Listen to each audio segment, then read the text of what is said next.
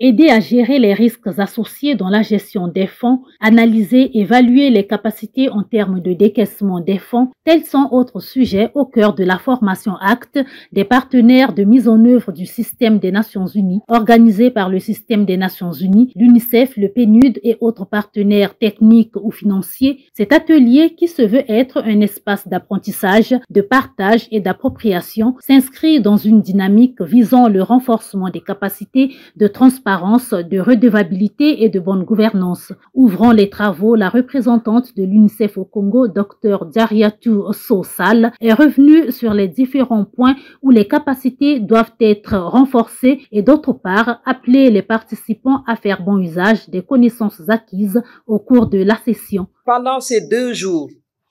nous allons vous proposer plus qu'une formation. C'est un espace d'apprentissage, de partage, mais aussi d'appropriation. À travers cette session, il est prévu de renforcer vos capacités sur les principes fondamentaux de gestion des fonds dans le cadre du HAC,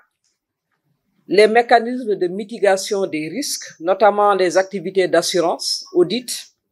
revue de gestion ou encore des visites programmatiques ou visites de terrain, sur le remplissage du formulaire FACE, car il est au cœur de nos transactions financières, les compétences comptables, en particulier sur les outils essentiels, tels que les journaux de banque et de caisse, le rapprochement bancaire, etc. Et un autre axe de renforcement de capacité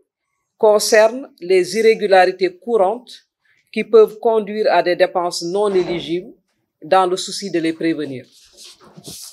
Et le dernier point, c'est les mécanismes de prévention de la fraude et l'importance de l'éthique dans la mise en œuvre des programmes. À l'issue de cette session, nous espérons que vous repartirez avec une compréhension approfondie des procédures du HACT,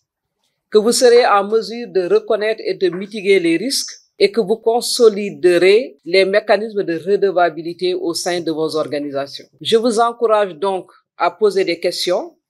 à partager vos expériences et à contribuer activement aux discussions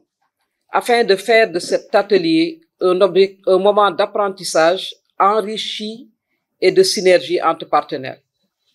Nous sommes convaincus que c'est ensemble que nous réussirons à bâtir des systèmes plus résilients, plus équitables et plus transparents au service des enfants et des familles en République du Congo. Débuté ce 8 juillet, cet atelier qui se tient dans le cadre de coopération entre le gouvernement congolais et les agences du système des Nations Unies présentes au Congo va s'achever le 9 juillet 2025, ce dans l'optique d'identifier les modalités de remise d'espace appropriés, les demandes allouées à la gestion des flux de fonds élaborés sur un plan d'action et recommandations pour une durée de 5 ans dans le cadre du suivi et évaluation des risques.